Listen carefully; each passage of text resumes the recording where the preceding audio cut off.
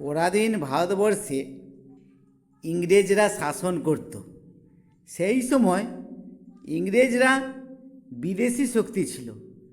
তারা এই ভারতবর্ষ থেকে মন ভরে লুটপাট করে নিয়ে গিয়েছিল।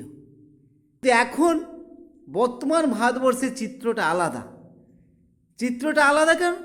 ভারতবর্ষের লোকই সাধারণ মানুষের রক্ত শুষে খাচ্ছে। অর্থাৎ যারা কেন্দ্র সরকার, রাজ্য সরকার, যে সমস্ত পার্টি চালাচ্ছে, যারা সরকার চালাচ্ছে, তারাই প্রত্যক্ষ পরোক্ষভাবে পাবলিক ট্যাক্সের ব্যাপকভাবে মন ভরে লুটপাট করছে এবং ক্ষমতায় থাকার কারণে বিভিন্ন রকম সুযোগ সুবিধা বেআইনিভাবে তারা লুটপাট করে নিচ্ছে।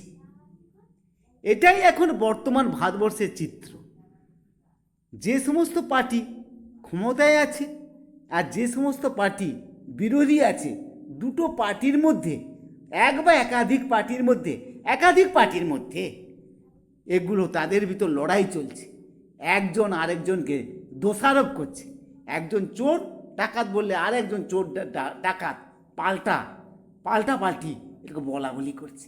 এই হয় ভারতবর্ষের আধুনিক বর্তমান ভারতবর্ষের চিত্রটা আমরা লক্ষ্য করছি। কাকে আপনি সৎ বলবেন?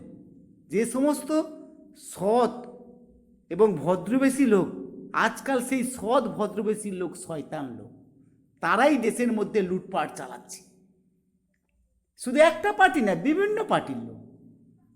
এ ব্যাপারে শুনুন, জার্মানির একজন ভারতীয় ইন্ডিয়ারই লোক, উনি জার্মানিতে থাকেন। জার্মানি থেকে নিয়মিত গেছে, সোশ্যাল মিডিয়াতে গেছে ভিডিও আপলোড করে। ওনার একটা ভিডিও আমি আপনাকে দেখাবো। এবং আমাদের দিদিও অর্থাৎ মমতা ব্যানার্জি, তিনিও পাল্টা বিজেপিকে আক্রমণ করেছেন এই দুর্নীতির ব্যাপারে, দুর্নীতি এবং লুটপাটের ব্যাপারে।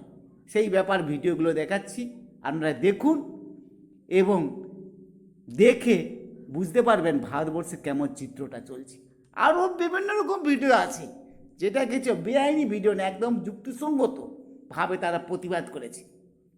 সেই সমস্ত ভিডিও যেগুলো আমার চোখে লেগেছে, ভালো লেগেছে, সেগুলো আপনাদের সামনে আমি হাজির করলাম। আপনারা দেখুন।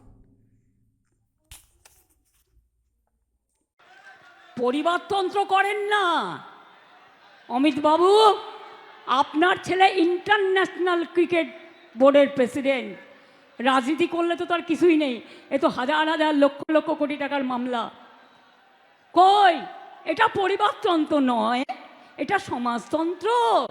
सिर्फ नितिन गडकरी को सिंगल आउट नहीं कर रहा हूं, मोदी सरकार में मौजूद हर एक मंत्री की हालत देख लीजिए। फाइनेंस मिनिस्टर हो चाहे फॉरेन मिनिस्टर हो, एनवायरमेंट मिनिस्टर हो चाहे एजुकेशन मिनिस्टर हो, एक भी फील्ड में ढंग का काम हो रहा हो तो बता दो। जनता को तो कुछ मिल नहीं रहा है, लेकिन इन बीजेपी नेताओं के बेटों को देखिए क्या मिल रहा है। होम मिनिस्टर अमित शाह के बेटे जय शाह, ना ढंग से हिंदी बोलनी आती है, ना ढंग से इंग्लिश बोलनी आती है। वर्ल्ड कप के लिए कुछ बोलता क्यों नहीं हूँ मैं? As you are knowing that we are living in, लेकिन इंडियन क्रिकेट का पूरा कंट्रोल इनके हाथ में दे दिया गया। अक्टूबर 2019 में बीसीसीआई के सेक्रेटरी से शुरू होकर आज ये इंटरनेशनल क्रिकेट काउंसिल के चेयरमैन बन चुके हैं। जय शाह का खुद का बिजनेस भी बहुत ग्रो किया है। इनकी कंपनी कुसुम फिन सर्व एलएलपी की इनकम 2014 से 2019 के बीच में 14,925% बढ़ गई। इनकी नेटवर्थ लगभग 25 गुना बढ़ गई, 1.21 करोड़ से लेकर 25.83 करोड़ रुपीस हो गई। और आप मुझे बता दो इन्होंने कौन सी टैलेंट और कौन सी स्किल्स लगाई ये अचीव करने के लिए। इसी तरह देखिए लेट अरुण जेटली का केस, जो कि एक यूनियन मिनिस्टर थे, 14 साल से दिल्ली डिस्ट्रिक्ट क्रिकेट एसोसिएशन के प्रेसिडेंट थे, और अभी 2020 से उनके बेटे रोहन जेटली इसके प्रेसिडेंट बन गए। डिफेंस मिनिस्टर राजनाथ सिंह का केस देखिए, इनके बेटे Pankaj Singh cycle federation of India के प्रेसिडेंट है। External affairs minister S Jaishankar, इनके बेटे Dhruva Jaishankar observer research foundation के यूएस हेड है। ये रिलायंस द्वारा सपोर्टेड एक पॉलिसी थिंक टैंक है। लेकिन ये बाप बेटों की कहानी बड़ी लंबी है दोस्तों। कोई और पार्टी होती तो यहाँ पर नेपोटिज्म और करप्शन स्कैंडल्स की लाइनें लग जाती, मीडिया में हेडलाइंस चल रही होती, लेकिन क्या करें, गोदी मीडिया इन खबरों को आपको दिखाएगा ही नहीं। टॉपिक से